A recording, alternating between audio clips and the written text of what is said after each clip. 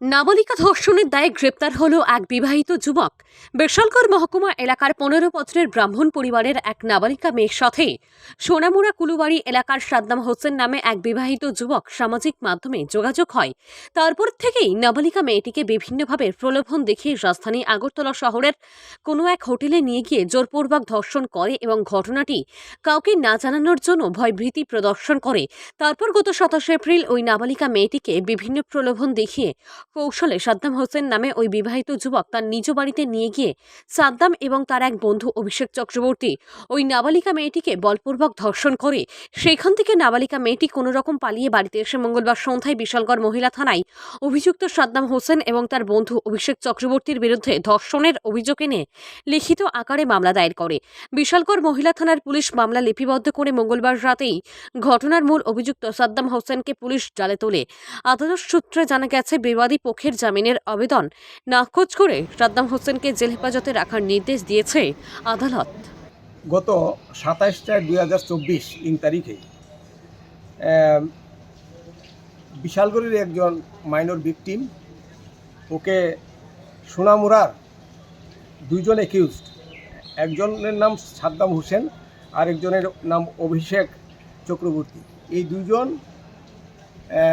Facebook এবং Instagram ইত্যাদির মাধ্যমে ওই ভিকটিমকে যোগাযোগ করে ভিকটিমের সাথে, এবং সেইভাবে করে অভিযোগ যে বিগত মার্চ মাস থেকেই ওই ভিকটিমকে তারা আগরতলা হোটেলে নেয় এবং সেখানে নিয়ে কয়েকবার ধর্ষণ করে এবং তাকে ভয়ভীতি প্রদর্শন করে।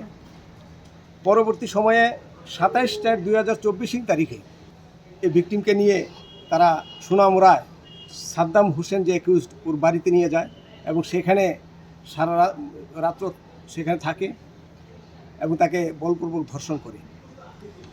এবং 2 নং যে বিবাদী অভিষেক চক্রবর্তী, সেও 1 নং বিবাদের অনুপস্থিতিতে সেখানে আবার তাকেও ধর্ষণ করে।